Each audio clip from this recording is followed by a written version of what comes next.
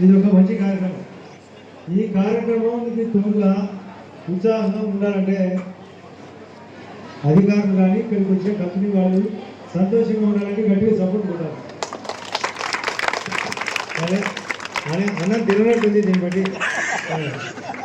అన్నం తింటే చేతులు గట్టి కొట్టారు అంటే బాగా బువ్వ తక్కువ ఉందా ఏమన్నా అరటిపండు తిన్నారు కదా మళ్ళా గట్టి కొట్టండి మళ్ళీ సపోర్ట్. అంటే ఎంతసేపునే మా దగ్గరికే రావాలా, మేము చెప్పినదే వినాలా, ఈ సిద్ధాంతం పక్కకు పోవాలా. అటు ఎన్డీఏ ప్రభుత్వం ఉపాధి ఉండాలా, ఉద్యోగం ఉండాలా. ఇక్కడ మా ఆశయం ఉపాధి కలిగాలా, ఉద్యోగం కలిగాలా, వసతుల కల్పన చేయాలా, భూముల ధరలు పెరగాలా, ప్రతి ఒక్కరూ ఆరోగ్యకరంగా ఉండాలా, మంచి చదువు చదవాలా, ఆప్యాయత ఉండాలా, ఫ్యాక్షన్ ఉండకూడదు. ఉండాలనే ఉద్దేశంతో 120 రోజుల కిందట ఈ ప్రభుత్వం ఏర్పడిన తర్వాత ఇక్కడే 3వ మెడికల్ క్యాంప్, నిన్న కూడా మెడికల్ క్యాంప్ అయిపోయింది. పెద్ద హాస్పిటల్, వైజాగ్ హాస్పిటల్. పెద్ద జబ్బులకు కూడా ఊరికే పేరుకు తప్ప ఖర్చులు, మీ ఖర్చులు బాటా ఖర్చు తప్ప మరొక ఖర్చు కాకుండా ఆరోగ్య కల్పనలో భాగంగా 3 మెడికల్ క్యాంప్ ఏర్పాటు చేసేది నిజమైతే సపోర్ట్ ఉంటుంది. ఈ ఉద్యోగ కల్పన కూడా అధికారి ఈయన డిస్ట్రిక్ట్ ఎంప్లాయ్మెంట్ ఆఫీసర్ సురేష్, ప్రక్కన గంగాధర్. దాదాపు ఎన్ని కంపెనీలు తెచ్చాడు? 32 కంపెనీలు తీసుకొని వచ్చాడు. ఇక్కడ మొత్తం 50 కంపెనీలకు పైగా ఉన్నాయి. ఈరోజు ఇప్పటికీ 2100 మంది ఇక్కడ మాకు ఉద్యోగం కావాలని అప్లికేషన్ ఇచ్చారు.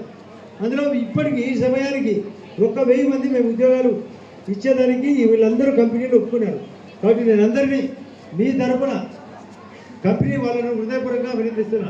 1000 మందికి ఉద్యోగాలు ఇస్తామని. అది ఎక్కడైతే లేదు. ఇప్పుడు ఇక్కడ ఇది సురేష్ ఎవరు పెళ్లి మంది. మన జాయింట్ కలెక్టర్ అదితి సింగ్ పంజాబ్ నుంచి వచ్చింది. మన పక్కనే శాస్త్రి ఆర్టీఓ గారు విజయనగరం నుంచి వచ్చింది. కానీ వాళ్ళు వచ్చినారు కాబట్టి మనం అందరం ఎక్కడైనా ఉద్యోగం పోయేదానికి మీరు ఆత్మసాక్షిగా పనిచేయాలి. నేను కంపెనీ వాళ్ళందరికీ మార్గదర్శనం చేస్తున్నా. మీరు ఎంత వీలుంటే అంతమంది తీసుకోండి. మా వాళ్ళను ఆప్యాయతగా పెట్టి ఆ ఉద్యోగం ఇచ్చిన వాళ్ళను ఆప్యాయంగా పలకరియండి. వాళ్ళకు ట్రైనింగ్ ఇవ్వండి. ఆ తర్వాత శాలరీ పెంచండి. వాళ్ళు కఠినమైన వర్క్ చేసినట్టుగా చేపించుకోండి. చేసిన తర్వాత ఉద్యోగానికి తగ్గట్టుగా జీతభత్యాలు పెంచండి. వాళ్ళకు ఆరోగ్య భద్రత పెంచండి. వాళ్ళకి ఇన్సూరెన్స్ పెంచండి. మా బాధ్యత అని మా అధికారుల ద్వారా మాది బాధ్యత చెప్తున్నా. అందరు గట్టి చెప్పడం ఉండాలి. ఎందుకు మీరు ఇంటి నుంచి పోయిన తర్వాత నీ ఆరోగ్యం బాగుండాలా, మీకు కమ్యూనికేషన్ ఉండాలా, మీ తల్లిదండ్రులతో మాట్లాడాలా, మీ స్నేహితులతో మాట్లాడాలా, మీరు మరింత మందిని ప్రోత్సహించాలా. మేము బాగా ఉద్యోగం పుట్టాం, మాకు బాగుంది, మీరు రండి ఉద్యోగానికి అని. నేను ఇంతకుముందు గతంలో నడిపిన, కానీ ఆ గతంలో నడిపిన కంపెనీల కంటే ఎక్కువ మందిని తీసుకొని రావడం, నా అనుభవం పెరగడం, ఇంతమంది మీరు కూడా రియాక్ట్ కావడం నాకు చాలా సంతోషం. గౌరవ కలెక్టర్ గారు, గౌరవ జేసీ గారు, ఆర్టీఓ గారికి అందరికీ చెప్పడం జరిగింది. అధికారులను పంపండి అని. డిస్ట్రిక్ట్ ఎంప్లాయ్మెంట్ ఆఫీసర్ సురేష్ గారిని పంపించాను, గంగాధర్ గారిని పంపించాను, మేఘా కృష్ణారెడ్డి తన కంపెనీని పంపించాను, ఎట్లా వాళ్ళు పంపించారు, మారుతి సుజుకి వాళ్ళు పంపించారు, ఫార్మసీ కంపెనీ అరవింద వాళ్ళు పంపించారు, ఎట్లా వాళ్ళు పంపించారు. పెద్ద కంపెనీ బ్యాంకులు, ఆక్సిస్ బ్యాంక్ వచ్చింది, వరుణ్ మోటార్స్ వాళ్ళు వచ్చారు. ఇంతమంది వచ్చి మీ దగ్గరకు వచ్చినాక మీరు చేరండి. మాది బాధ్యత అన్నాక మీరు నా తల్లిదండ్రులు వదిలిపెట్టండి, వాళ్ళు ఉద్యోగం చేసుకునేయండి. మా పిల్లలు మా దగ్గరికి రావాలా, మా అమ్మాయి మా ఇంట్లోనే ఉండాలా అంటే కుదరదు. ఇది అందరూ ఉద్యోగాలు చేయాల్సిందే. నేను సపరేట్గా రికమెండేషన్ చేయను. వీటికి పక్కనే వీటికి మాత్రం సపరేట్ చేయంటే అందరూ మిగతా వాళ్ళు అనాథలు అవుతారు. కాబట్టి నేను అట్లా చేయను.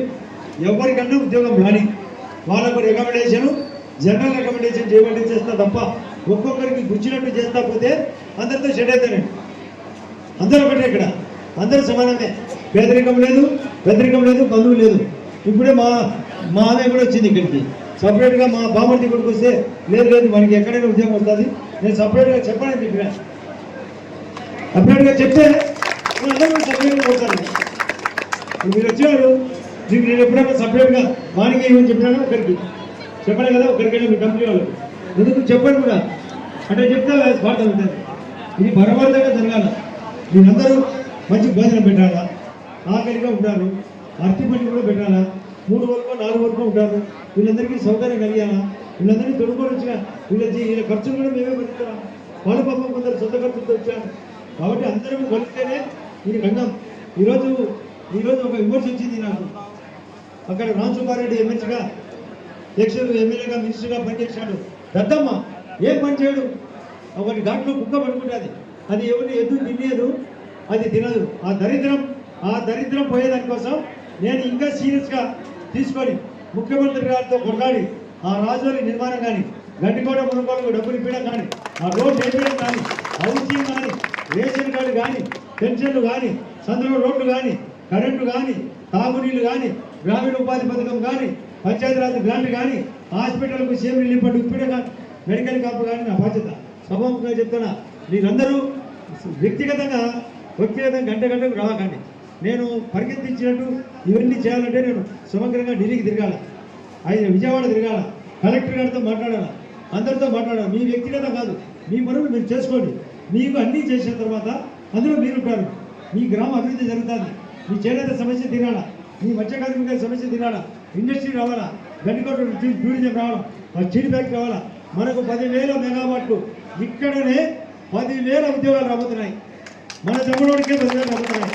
అయితే అంత లోపల అవి కన్స్ట్రక్షన్ 6 నెలల నుంచి 2 నెలలు పడుతుంది. అవి జరిగే లోపల మన వాళ్ళు పికప్ అయితే అక్కడ చేసిన వాళ్ళు ఇక్కడ ఇంకా గ్యారంటీ జరుగుతుంది. ఆ ట్రైనింగ్తో, ఆ ధైర్యంతో, ఆ అనుభవంతో ఇక్కడ సులభంగా జాబ్ డబల్ ఇస్తారు. శాలరీ ఎంతసేపు ఇంట్లో పడుకుంటే ఇంకే ఉంటారు. ఎప్పటికీ మీ పిల్లలను ప్రోత్సహించండి. మీరు పోయినప్పుడు పంజాబ్కి పోయినప్పండి, ఆడ ఉద్యోగం చేసుకొని రాపండి అని చెప్పండి. మాకు దానిమేలు నొప్పి, మాకు ఐసీఎల్ నొప్పి, మాకు ఆర్టీపీపీ నొప్పి, మా ఇంటికాడ నొప్పి, మాకు డీలర్షిప్ ఇప్పి, మాకు రేషన్ ఇప్పి, దీంతోనే పోయింది వ్యవస్థ. పిల్లల కంటే తల్లిదండ్రులు ఎక్కువ తప్పుంది. సత్తాయిస్తా